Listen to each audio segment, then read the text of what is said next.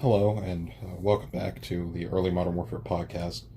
Today's topic will be looking at John Hunyadi, a Hungarian commander of Romanian origin who served for the Kingdom of Hungary in the late 15th century. If you've been following the series, we've been, to this point, looking at the Italian wars in the later 15th century and very early beginning of the 16th century. But today we're going back a bit to cover not only Hunyadi in Hungary, but also a very important player in early modern warfare, possibly the most important one, the Ottoman Empire. But today's episode will focus on Hunyadi and his military experience, and in a future episode we'll come back to the Ottomans roughly in this period of time and take a closer look at the Ottomans. But the point of today's episode, or the main takeaway, is that this theater of conflict, especially in the 15th century Renaissance era, between the Kingdom of Hungary, which was independent at the time, and the Ottoman Empire, or early Ottoman state, still growing, was possibly one of the most important theaters of conflict, not just in this period, but for several centuries after this. And it's somewhat neglected in English language history, not so much in the countries where it's relevant, mostly because the source material is hard to find. So today we'll just be looking at this and showing that this was a very significant period of conflict in the early modern period. And so just to give a bit of background on our players, our nations loosely defined today, the Kingdom of Hungary was originally settled by the Magyar tribes in the early Middle Ages. They were a pagan tribe.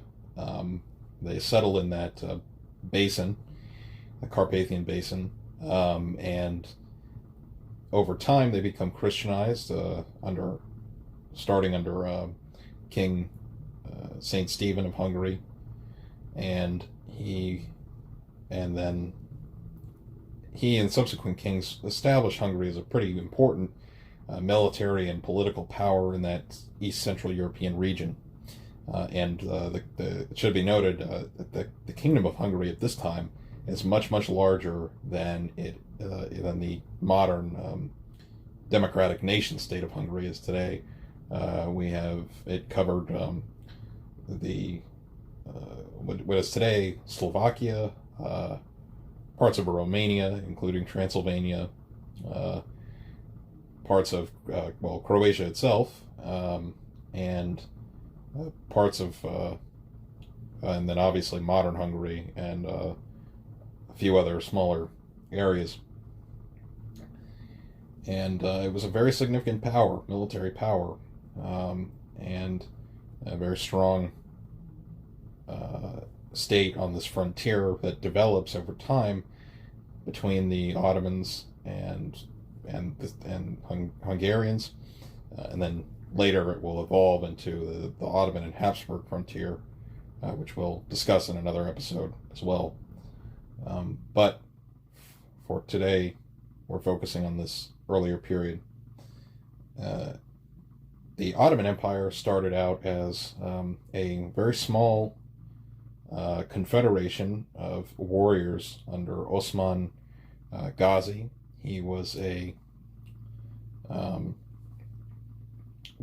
Turkish warrior, and this first group of Ottomans, if you could even call them that, were Turkish tribes that had moved into Anatolia. There was a constant migration of these Turks into Anatolia, which at that time was under control of the Seljuk Turks, which was a different political configuration.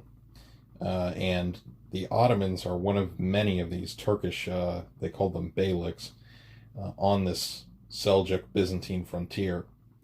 And what Osman is able to do is he's able to combine the existing Seljuk political infrastructure that had been there, and that Seljuk state, you can trace that back to Saladin from the Crusades.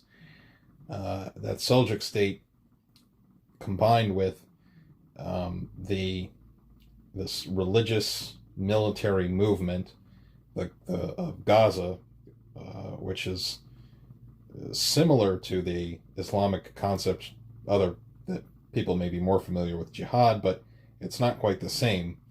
Yes, it's a religious movement, it's infused with Islam, but it's important to note that in terms of greater Islamic theology or practice, these Turkic peoples moving in are very heterodox. Sometimes they're pagan, especially in this early period. We're talking during Osman's time, the 14th century, end of the Middle Ages, and they are not really the same as what we may think of as the more traditional sort of legalistic interpretation of Sunni Islam that you would associate with the earlier caliphates under the Arabs. And it's another important thing to note is that these Turkish warrior tribes and groups were the military power in the Middle East and much of the Islamic world that had displaced the Arabs. The Arabs are only in charge, politically speaking, for a relatively brief period of time, about 2-3 centuries.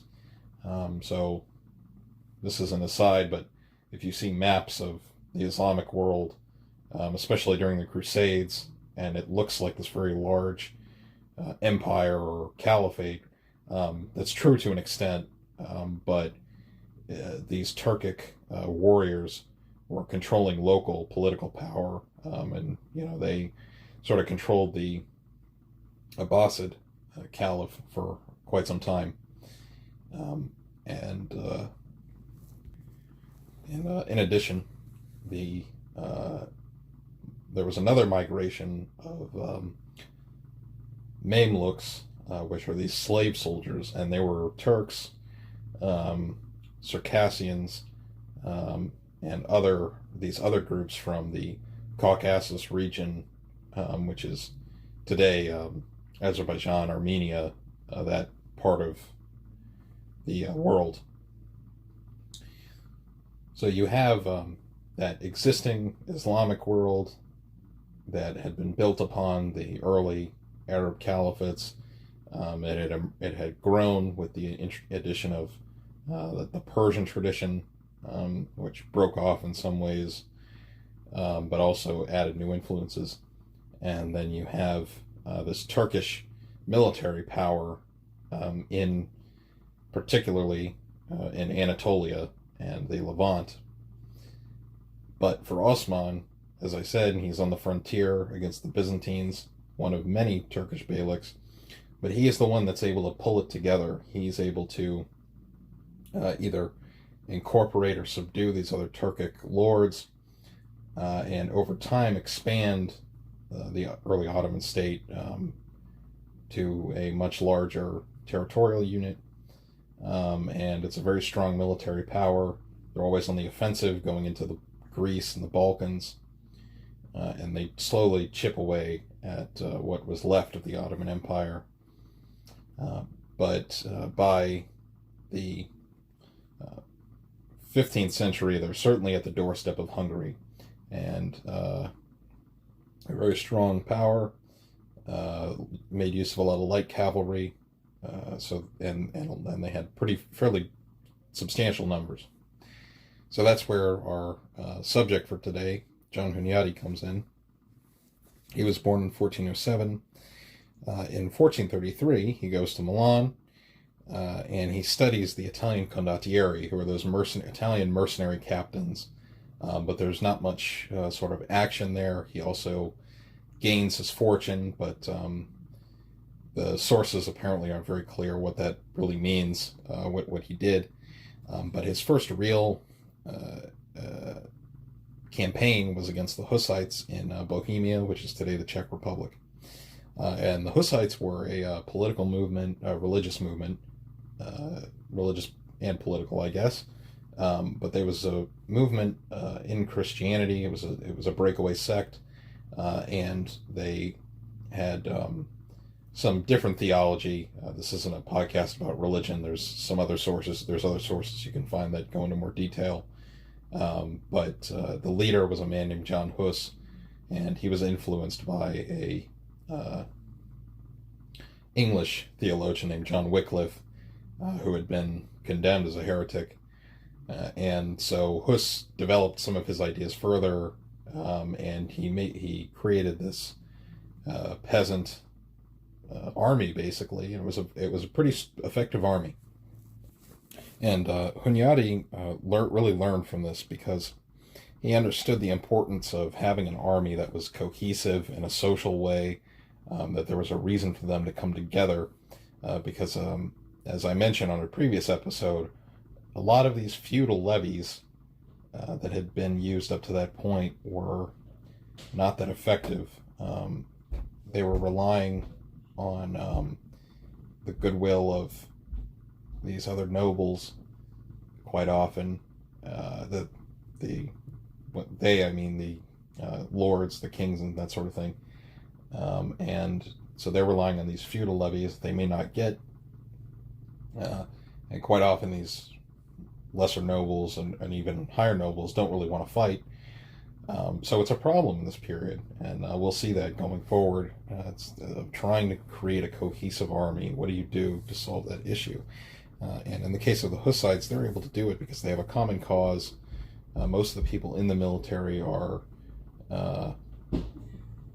in it for personal reasons, unlike the medieval armies that are mostly knights. That's their job, is to just fight, and you do have some peasant infantry, but they're pretty expendable. But another important thing that the Hussites were able to do is they recognize the importance of light cannons instead of heavier siege guns that have been the norm. And they also used a lot of infantry. That was kind of a new innovation at the time. And they also used these wagon squares to form defensive perimeters, and that was pretty effective at warding off cavalry charges, because at this time, the people at the time don't really know it, but there's a transition going on from that medieval warfare where the mounted knight in Europe, or the mounted Mamluk cavalrymen, which is the Islamic world's equivalent, still very important, or not, if not the most important unit. And so at this time, this is in 1436 and 1437, he's on the staff of King of Hungary, Sigismund, of Luxembourg. But and after this, in the mid-15th century, he was given the Ban, or lordship, over the region of Severin. And he recognizes the Ottoman threat fairly early on, and this isn't a very popular opinion. The upper nobility of Hungary is content to try and pay off the Ottomans. At this time, they're sort of an upstart power, but the lesser nobility are kind of disgruntled with the upper nobility, because they want military service, because that improves their wealth and social standing. And they are also upset at the abuses of power by the upper nobility. So it becomes more apparent that the Ottomans are a serious threat starting in 1439, and that's when Sultan Murad II conquers part of Serbia. And then in 1440, he starts a new campaign to take Belgrade. Now, Belgrade will be important, not just for this episode, but for future episodes. Belgrade is sort of the supply nexus along the Danube and also over land that really allows the Ottomans to move troops very quickly. They can march up from Istanbul, not at this time, obviously, but later it'll let them march up fairly quickly from Istanbul and move their men and supplies up and down the river, and the not just the Danube, but the other tributaries. So this is a key sort of strategic location. But the new Hungarian king, Ladislaus of Poland, in July of 1440, there's a siege of Belgrade, and the leader of the campaign as Ladislaus of Poland against Murad II. The Ottomans really surrounded the fortress. They tried to mine underneath, but they were stopped by some explosives, counter-explosives from the defenders. And there's a successful counterattack, and in September, Murad II negotiates with Ladislaus. Because prior to this campaign, he had reached out to try and get an alliance with him to secure that flank, so to speak, but it didn't work. Hunyadi himself didn't take part in this campaign, but he was involved in the rebuilding. And after that, he goes to Transylvania to do duties as a voivode, which is a term used in that region, Transylvania, Wallachia, Moldova, just prince, essentially. And while he's in Transylvania, there's a civil war between Ladislaus and Queen Elizabeth, who was the widow of the previous Hungarian king. And this goes on for several years. I didn't include it in this episode because it was a lot of more just political history, but this goes on for several years. It's still going on in the countryside, and the importance of this in terms of Hunyadi's story, is that it really compromised the anti-Ottoman defense in Hungary. So once in Transylvania, Hunyadi makes some very important military changes, and also political ones that are relevant to his soldiers. He reforms taxes and administration, and as we said in the previous episodes, money is very important in this period, and having the financial instruments and administrative sort of infrastructure to get money is very important. And his other key change that he makes in his military is, rather than rely on those feudal levies that I discussed earlier that are very unreliable, instead of going to the nobles, he creates his own force of multinational mercenaries. It's his own private army. And, today we have kind of a negative perception of mercenaries. But at the time, you have to remember, these are professional soldiers. These aren't feudal levies. If Hunyadi pays them, they're probably going to follow him in most cases. And so this is effective, but he has to go into a lot of debt to cover these expenses. He was also claimed to be the first in Eastern Europe to use firearms with his army. So at this time, this would probably be the arquebus.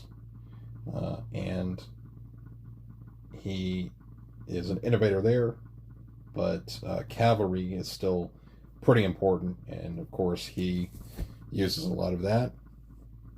But his cavalry, he changes a bit to adapt to the Ottomans, because the Ottomans use a lot of light cavalry, so he institutes that rather than the heavy cavalry, heavily armored, sort of knight-style cavalry, like we talked about in the Italian wars with the French gendarmes. That's not as effective against the fast-moving Ottoman Spahi cavalrymen. He also picks up something from the Hussites, and he uses a wagon technique, and he uses their wagon technique, I should say. And he also, from the Hussites, makes use of those lighter cannons to have more mobile and quick-firing artillery. As I mentioned before, most of the artillery at this time, in the mid to late 14th, 15th century, was heavy siege guns, typically. Strategically, he decides that instead of limiting himself to just playing on the defensive, which sort of had been the policy of the upper Hungarian nobility, he decides to focus on going on the aggressive, deep strategic offensives inside Ottoman territory, because he thinks that'll be more effective at keeping them pushed back rather than just staying on the defensive, because those defensive wars, they're very resource intensive. It becomes usually a war of attrition, and not just of men, but also money. And if there's one major theme that you can take away from this period of warfare, it's money, money, money. That's very important. So the above combination of this professional army, good administration of Transylvania, and also good strategic and tactical instincts and talent, this makes Hunyadi a rising star, so to speak, among the Hungarian nobility.